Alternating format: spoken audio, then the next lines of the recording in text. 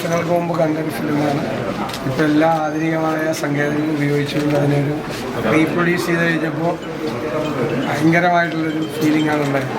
ഞാൻ മാത്രമല്ല, കുറേ നാളുകൾക്ക് ശേഷമാണ് ഞാൻ തിയേറ്ററിൽ ഒരു ഫിലിം കൂടി കാണുന്നത്. വല്ലാത്തൊരു അനുഭവമായി. അവിടെ സിനിമയിലെ ഓരോ വിഷ്വലും ഓരോ ഫ്രെയിമും ഡയലോഗും എല്ലാവരുമുള്ള മത്സരിച്ചുള്ള അഭിനയവും എക്കാലത്തെ നിലനിൽക്കുന്ന കാലാധിപത്യമായി നിൽക്കുന്ന ഒരു ഫിലിമാണ്. ഞാൻ ആക്ച്വലി വടക്കൻ വീരഗാഥ ആദ്യമായിട്ടാണ് കാണുന്നത്. ഞാൻ കുറച്ച് സീൻസൊക്കെ എവിടേക്കോ TV കണ്ടിട്ടുണ്ടെന്നല്ലാതെ ഒരു മുഴുവനായിട്ട് ഒരു സിനിമയായിട്ട് ഞാൻ ആദ്യമായിട്ടാണ് കാണുന്നത്. അപ്പം ഞാനൊരു പുതിയ സിനിമ കാണുന്ന പോലത്തെ ഒരു എക്സൈറ്റ്മെൻറ്റിലാണ് കണ്ടത്. അതിൽ അതിൻ്റെ റീമാസ്റ്ററിങ്ങും എല്ലാം ചെയ്ത് ഇറ്റ്സ് എ പെർഫെക്റ്റ് പ്രോഡക്റ്റ്. അപ്പം SQ ഫിലിംസ് അവർ ആ ഒരു എഫേർട്ട് എടുത്ത് നമുക്ക് എല്ലാവർക്കും വടക്കൻ വീരഗാഥ നമ്മൾ കേട്ടിട്ടുണ്ടല്ലോ, പക്ഷേ ഈ ഒരു തലമുറയിൽ ഒരുപാട് പേര് കണ്ടിട്ടുണ്ടെന്ന് തോന്നുന്നില്ല. അപ്പം നമുക്കതിനെ ഇങ്ങനെ ഒരു പെർഫെക്റ്റ് പ്രോഡക്റ്റായിട്ട് തിയേറ്ററിൽ വന്ന് കാണാൻ കഴിയുന്നത് വളരെ നല്ലൊരു കാര്യമാണ്. കാരണം ഇന്നിപ്പോൾ നമ്മുടെ നാട്ടിൽ we have the best of theatres. അപ്പം ഇത്ര മനോഹരമായ എനിക്ക് തോന്നുന്നു ഇന്ത്യൻ സിനിമയുടെ ഹിസ്റ്ററിയിലുള്ള ഒരു വളരെ ഇമ്പോർട്ടൻറ്റ് മൈൽ സ്റ്റോൺ ആയിട്ടുള്ളൊരു സിനിമയല്ലേ. അപ്പോൾ ആ സിനിമ തിയേറ്ററിൽ വന്ന് കാണാൻ ഈ ഒരു അവസരം ലഭിച്ചതിൽ എനിക്ക് ഒരുപാട് സന്തോഷമുണ്ട്. So I would really want to congratulate SQ films, all 3 of them on this. അപ്പം എല്ലാവരും വടക്കൻ വീരഗാഥ തിയേറ്ററിൽ വന്ന് കാണണം. ഒട്ടുമിക്ക എല്ലാ തിയേറ്റേഴ്സിലും ഉണ്ട്. അപ്പം ഇത്രയും മികച്ചൊരു cinema with the best of actors നമ്മുടെ ഇന്നത്തെ തിയേറ്റേഴ്സിൽ കാണാൻ കഴിയുന്നത് ഒരു തികച്ചും ഒരു മനോഹരമായ ഒരു എക്സ്പീരിയൻസ് ആണ്. എനിക്ക് കാണാൻ കഴിഞ്ഞതിൽ സന്തോഷം. വർഷങ്ങൾക്ക് ശേഷം നമ്മുടെ മമ്മൂക്കാനെ സ്ക്രീനിൽ ആ യങ് സ്റ്റാറായിട്ട് കണ്ടപ്പോഴത്തേക്ക് തന്നെ എങ്ങനെയുണ്ടായിരുന്നു, ഫീൽ എങ്ങനെയുണ്ടായിരുന്നു? ഒരുപാട് നാളുകൾക്ക് ശേഷമാണ് വടക്കൻ വീരഗാഥ തിയേറ്ററിൽ വരുന്നതും. അത് ആ എക്സ്പീരിയൻസ് എങ്ങനെ ഉണ്ടായിരുന്നു ചേട്ടാ? ഒന്നും പറയാനില്ല, ഒരു വാക്കും പറയാനില്ല. അദ്ദേഹത്തിന് മാത്രമേ ഇത് സാധിക്കുകയുള്ളൂ, ഒരു സംശയമില്ല അതിനകത്ത്. വേറെ ആരും അതിനകത്ത് ഒരു പകരം വയ്ക്കാനുള്ള ആളില്ല. അതുപോലെ തന്നെ ഇതിനകത്ത് ഓരോ സ്റ്റാർസിനെയും തിരഞ്ഞെടുത്തിരിക്കുന്നത് അതുപോലെ തന്നെയാണ്. പിന്നെ അവസാനമൊക്കെ മമ്മൂക്കയുടെ ഒരു ലാസ്റ്റ് മൊമെൻ്റൊക്കെ കാണിക്കുന്ന നമ്മളൊക്കെ പറയാൻ ആരും അല്ല, അതുകൊണ്ടാണ്. വർഷങ്ങൾക്ക് ശേഷം വീണ്ടും റീ റിലീസ് ചെയ്ത് കാണുമ്പോഴത്തേക്കും അതിൻ്റെ യാതൊരു പുതുമയും മാറാതെ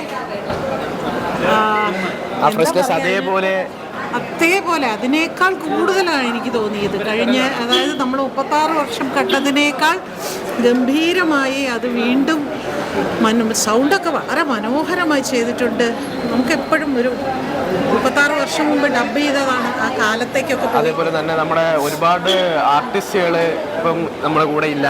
അപ്പം അവരെയൊക്കെ വീണ്ടും സ്ക്രീനിൽ നമ്മൾ പഴയപോലെ അതുപോലെ എന്തൊരു നല്ല സിനിമയാണ്, എന്ത് നന്നായിട്ടാണ് മേക്കിംഗ് ആകട്ടെ, ആക്ടിങ് ആകട്ടെ, ഫൈറ്റും ഓരോരുത്തരും ഫുൾ ഓഫ് സ്പിരിറ്റിലാണ് സിനിമ ചെയ്തിരിക്കുന്നത്.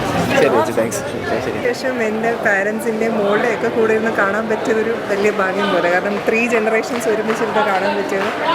പിന്നെ അന്നത്തെ ഒരു ക്ലാസിക് ഫിലിം ഇപ്പോഴും അത് ഒരു എക്സൈറ്റ്മെൻ്റ് ആണ് അത് സ്ക്രീനിൽ കാണുന്നത്. ഞാനിപ്പം സെക്കൻഡ് ടൈമാണ് കാണുന്നത്. ഇനി ഒരിക്കലും കൂടെ കാണാൻ തോന്നുന്നു, അത്രയ്ക്കൊരു ക്ലാസ്. അതേപോലെ തന്നെ ഒരുപാട് ആർട്ടിസ്റ്റുകൾ നമ്മുടെ കൂടെ ഇപ്പം ഇല്ല.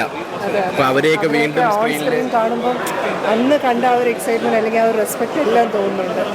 എങ്ങനെ ഉണ്ടായിരുന്നു? അച്ഛൻ്റെ ആഗ്രഹം നിറവേറ്റി കഴിഞ്ഞു. ഇപ്പം തിയേറ്ററുകളിൽ ഭയങ്കരമായിട്ടും വിജയിച്ച് മുന്നേറിക്കൊണ്ടിരിക്കുകയാണ്. അപ്പം ആ സന്തോഷം നമ്മുടെ അടുത്തൊന്ന് പങ്കുവയ്ക്കാമോ?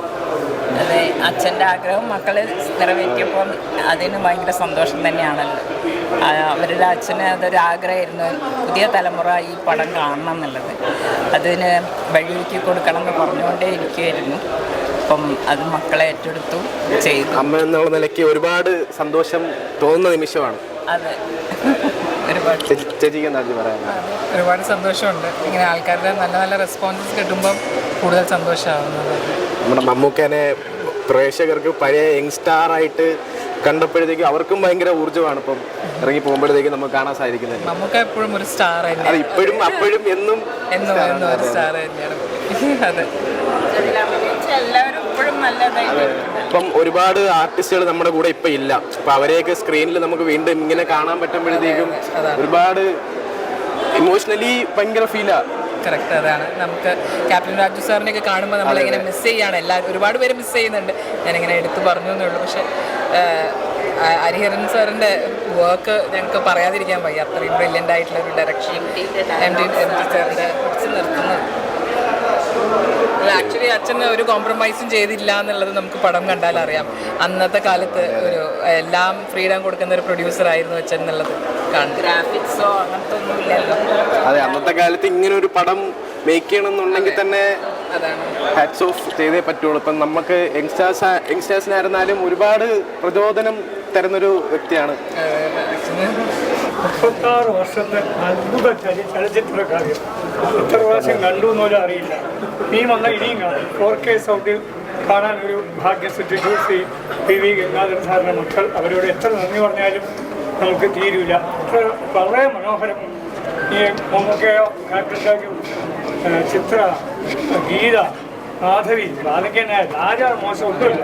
ഈ പടം കാണും. ഇനിയും കാണാനുള്ള അവസരങ്ങൾ സൃഷ്ടിക്കട്ടെ. ഇതുപോലെ ഒരുപാട് ഫിലിം ഫെസ്റ്റിവലിനെ പറ്റി പടം കണ്ടിട്ടുണ്ട്. 1989 ഏപ്രിൽ 14 കൃപ ഉൾപ്പെടെയുള്ള തിയേറ്റർ റിലീസായപ്പോൾ അവിടെ വെച്ച് നമ്മൾ ആ പടം കണ്ടിട്ടുണ്ട്. ഫസ്റ്റ് ഡേ ആണ് കണ്ടു കൃപയിൽ. അതുമുതലാണ് Mammootty fans and welfare association തുടങ്ങിയത്. ഈ പടത്തിൻ്റെ പ്രായമുണ്ട് ഞങ്ങളുടെ അസോസിയേഷന്. ഇന്നും ഞങ്ങൾ ഈ പടത്തിന് 10 വർഷമായിട്ടും ഈ പടം കാണാൻ ഞങ്ങളുടെ ആൾക്കാർ ഇപ്പോഴും ഉണ്ട്. ഇതിനകത്ത് കാണാൻ വന്നിട്ടുണ്ട്. ഇനിയും വന്നാൽ ഇനിയും കാണാം. 10 തരത്തിലുള്ള അടിപൊളി, ഒരു രക്ഷയില്ല.